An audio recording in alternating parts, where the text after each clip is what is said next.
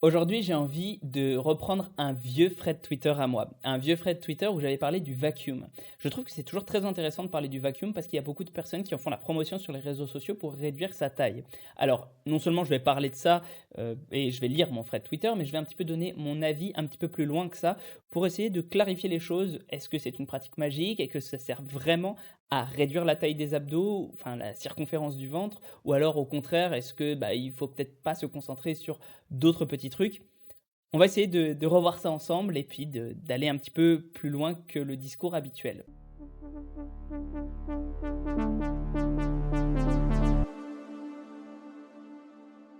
Donc, au départ, ça venait en septembre 2023, du coup, d'un petit truc de Monsieur le V12. Alors, Monsieur le V12, c'est un ex-YouTuber lifestyle, voilà, qui a 522 000 abonnés, donc il doit continuer quand même à faire des trucs dans son coin. Mais c'est vrai qu'il est plus sur le devant de la scène depuis un moment. En revanche, lui, ce qu'il a dit, c'est quand je ferai ma vidéo transformation, je vous parlerai des choses que j'ai mises en place et qui ont marché sur moi. Mais ce que je peux vous dire dès maintenant, si vous souhaitez un ventre plat, pensez à bosser le transverse avec le stomach vacuum. Surtout pour nous, les gamers, qui restons assis des heures, a tendance à relâcher notre sangle abdominale. Je fais ça tous les matins pendant 15 minutes et ça a eu des résultats de ouf sur moi. Testez, vous verrez, même si vous avez du gras, ça va déjà affiner un peu votre taille. Et donc, qu'est-ce que j'en avais dit? Eh bien, j'avais dit, déjà, qu'est-ce que c'est? Eh bien, c'est ça. Rentrer le ventre régulièrement, suivant divers protocoles, mais le point commun, c'est de chercher à aspirer son ventre vers l'intérieur. Donc, c'est ce que faisaient en fait les bodybuilders à une certaine époque, hein. On s'en souvient ou pas d'ailleurs, je ne sais pas si vous avez regardé un petit peu les trucs que faisait Arnold Schwarzenegger à son temps, mais c'est vraiment, il cherchait à affiner la taille sur scène et donc à rentrer le ventre. Donc pour ça, il devait s'entraîner auparavant. Et donc c'est vraiment chercher à rentrer le ventre encore une fois. Et c'est activé par un muscle. Ce muscle, c'est le transverse abdominis, le muscle abdominal le plus profond en réalité. Donc voilà, il ressemble à ça, le transverse abdominis, hein. C'est un muscle qui entoure la cage, enfin la cage, non, les viscères en fait, hein. La cage thoracique, il part en dessous de la cage thoracique et il va se relier au bassin, il entoure les viscères et quand il se contracte, eh bien, on voit bien que ces fibres sont transverses, c'est pour ça qu'il s'appelle le transverse. Ces fibres sont dans le plan transverse et donc du coup, quand il se contracte, il va enserrer toute cette zone-là. Alors, ces adeptes attribuent des vertus de l'ordre de la réorganisation des organes internes au travail du stomach vacuum. C'est vrai. Ou même un transit intestinal meilleur grâce à sa pratique. J'ai jamais lu d'études là-dessus. Moi, je reste neutre sur le sujet. La réorganisation des organes, ça me semble fou, mais pourquoi pas? Parce que d'une certaine façon, on sait que quand, par exemple, les femmes vont mettre un corset et qui va resserrer leur taille, eh bien, ça va vraiment réorganiser les organes. Mais peut-être qu'il faut une contrainte extérieure pour ça, donc je ne suis pas sûr. En revanche, il y en a une à ma connaissance. Il y a une étude à ma connaissance, donc qui s'appelle Can a 8-week program based on the hypopressive technique. Et je ne sais plus exactement ce que c'est, mais vous pourrez la retrouver si vous tapez ça dans Google.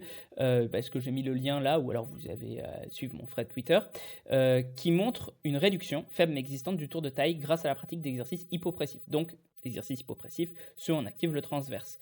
Le rationnel derrière semble pas déconnant non plus. En effet, travailler un muscle a généralement tendance à lui donner une forme d'activation au repos plus importante, plus facile. De fait, je ne suis pas surpris de voir que travailler le muscle responsable de faire rentrer le ventre permet d'avoir un ventre plus rentré. Bref, ça vous donnera pas un giga avantage, mais ça peut être intéressant. Ah, et pour tout ce qui concerne la posture, etc., comme on sait que n'importe quel type d'exercice est bon pour la posture, je pense que les effets spécifiques criés à tout être sont bullshit. Donc, qu'est-ce que je veux dire par là? Je te dis que travailler ton transverse, ça va avoir tendance à plus l'activer au repos. J'ai un peu évolué dans ma façon de voir les choses. Maintenant, ce que je pense, c'est que ça t'habitue tout simplement, en fait, non seulement à l'avoir activé au repos, mais toi, ça t'habitue à la sensation de l'activer. Et donc, tu vas avoir tendance à l'activer tout seul. Donc, en fait, il est plus fort, c'est plus facile de l'activer, et en plus, les chemins nerveux pour aller vers ça sont facilités. Donc, tu vas pas t'en rendre compte, mais tu vas activer ton transverse au quotidien. C'est-à-dire, je pense que font la majorité des femmes, en fait, qui ont une taille relativement fine de base, c'est qu'en fait, elles activent sans trop s'en rendre compte. Et donc, de fait, eh bien, peut-être qu'il faut isoler ce muscle-là via le travail hypopressif, etc., pour avoir une activation un peu plus importante au quotidien. Donc, pour moi, c'est exactement ça, en fait, qu'il faut faire. Dans l'idée, je pense que c'est quelque chose qu'il faut avoir en tête. Voilà, quand on va faire en fait des exercices au niveau des abdos, c'est qu'il n'y a que le transverse qui va travailler.